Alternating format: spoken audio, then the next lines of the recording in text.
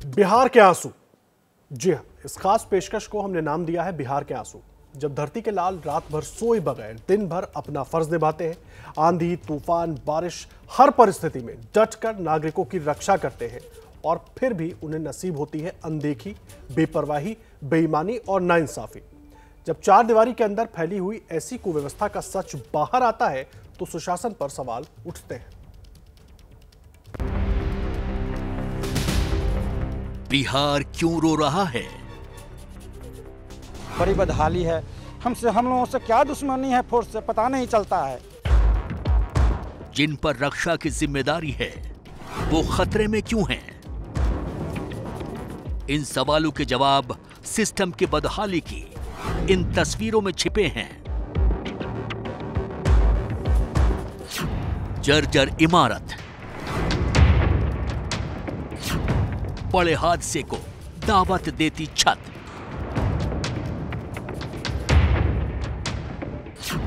बदहाल कमरा,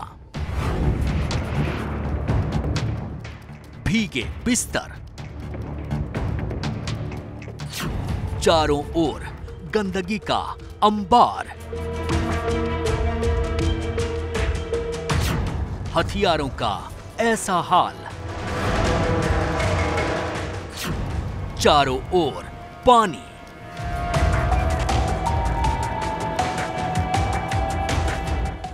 ये है मेरा बिहार, ये है मेरे बिहार की सैन्य पुलिस का हाल।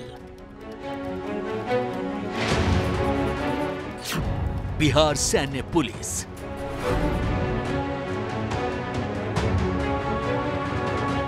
तस्वीरें हैं बिहार में पटना के मोइनुल हक स्टेडियम की।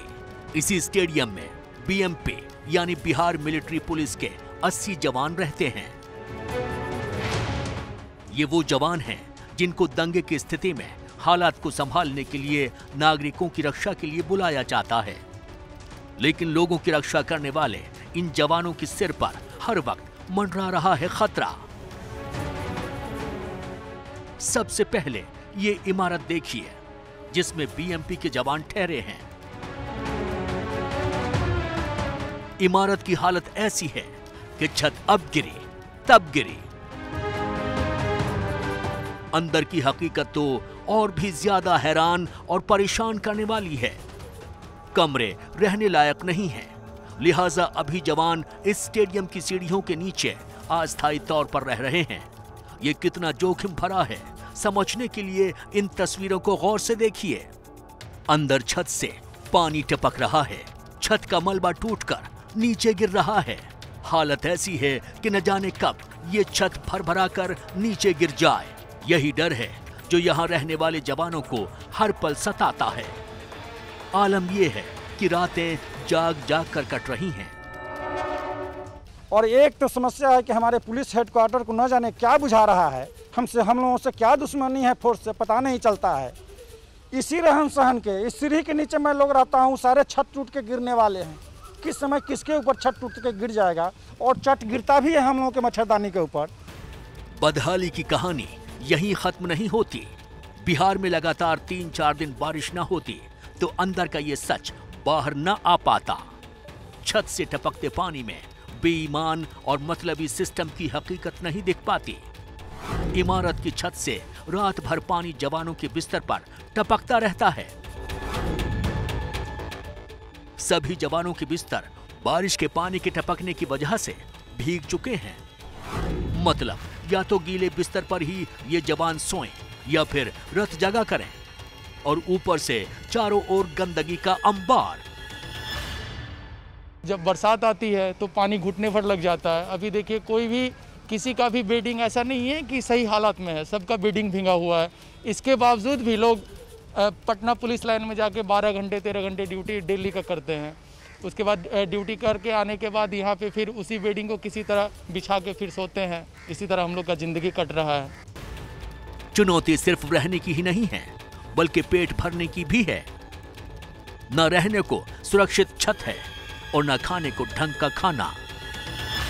3 दिन से मैंने खाने का सिस्टम सही हो रहा है हम लोग का, न रहने का। इसी में 24 घंटे ड्यूटी हम लोग आते जाते रहते हैं। बड़ी बदहाली है। सारे रूम में जो पानी लगा हुआ है।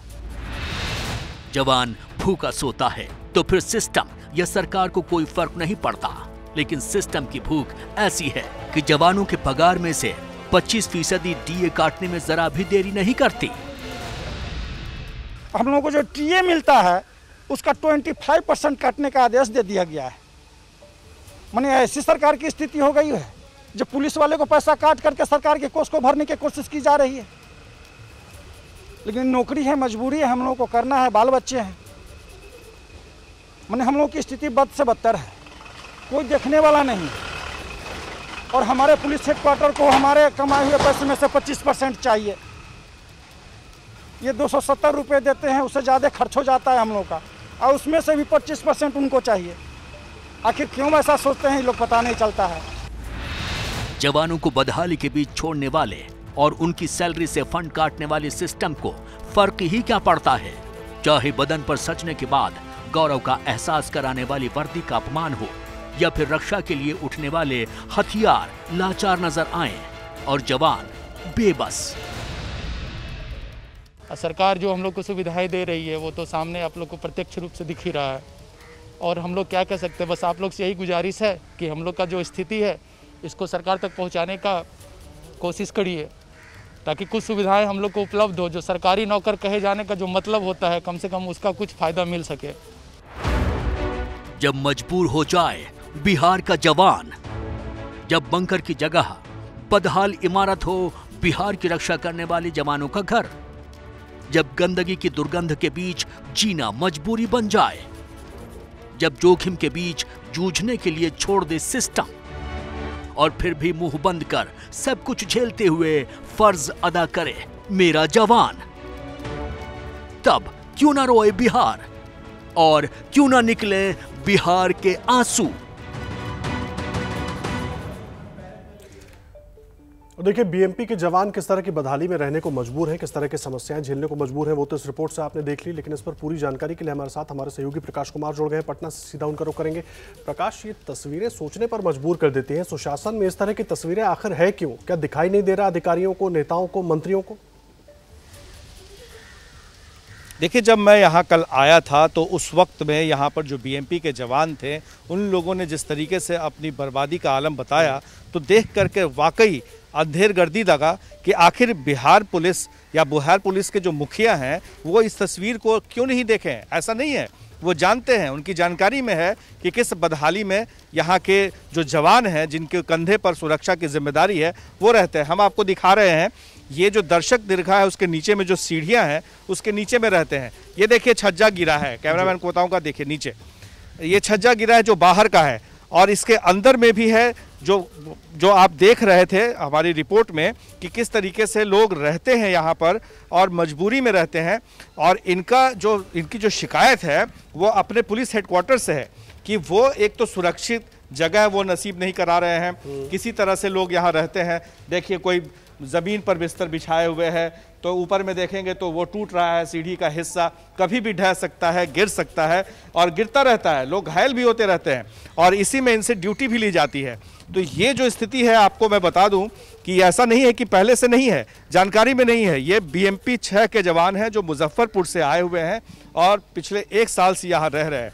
जब इसकी जानकारी हमने लेनी चाहिए यहाँ के अधिकारियों से, जो बीएमपी के अधिकारी हैं, तो उन्होंने कहा कि डिस्ट्रिक्ट पुलिस जो है वो इसे देखेगी और उनका देखना है कि कहाँ रुकाना है, उनको कैसे उनकी व्यवस्था करनी है। तो एक दूसरे पर टाला जा रहा है, लेकिन सच्चाई यह है कि जिनकी भी जिम्मेदारी हो ये तय होनी चाहिए और इन्हें सुरक्षित माहौल देना चाहिए ताकि ये ड्यूटी भी कर सके और अपने आप को ठीक से रख भी सके।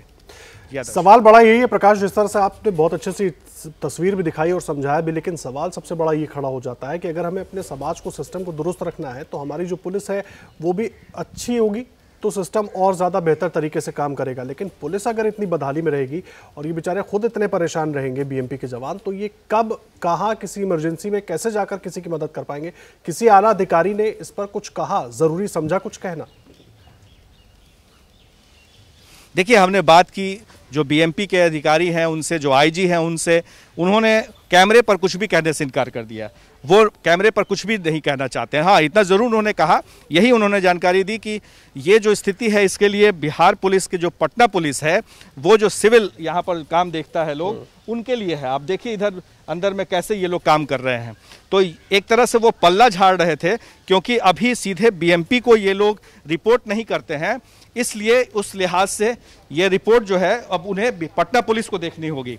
ये देखिए यहाँ के अंदर का हाल, क्या हाल है। नीचे में लोग रहते हैं किसी तरह से, कितना खतरनाक तरीके से यहाँ पर बिजली लगाया हुआ है। एक हाथ भी इधर उधर दाएं बाएं जाएगा तो बिजली लग सकती है, करंट लग सकता है और कोई भी बड़ा हादसा हो सकता है।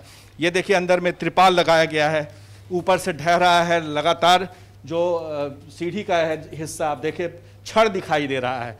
तो बिहार पुलिस हो, पुलिस हेडक्वार्टर हो, बीएमपी के अधिकारी हो, चाहे कोई भी हो, ये तस्वीर अगर देख रहे हैं तो एक बार उन्हें शर्म जरूर आनी चाहिए कि जिन पुलिस के बदौलत, पुलिस की बदौलत, जिन सुरक्षा कर्मियों की बदौलत ये कहते हैं कि हमने इस चोर को पकड़ा, ये दंगा रुकवाया, ये काम कर लिया, अपनी पीठ थपथपाते हैं, तो थोड़ी शर्म भी महसूस करें इस स्थिति के लिए। बिल्कुल यही उम्मीद करते हैं प्रकाश कि एबीपी न्यूज़ पर इस खबर को और जो तस्वीरें आप दिखा रहे हैं उसको देखकर शायद उनकी आंखें खुले और इन जवानों की जो दिक्कतें हैं वो थोड़ी दूर हो पाए।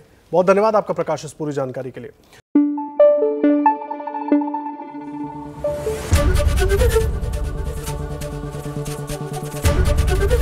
एबीपी न्यूज़ आपको रखे आगे।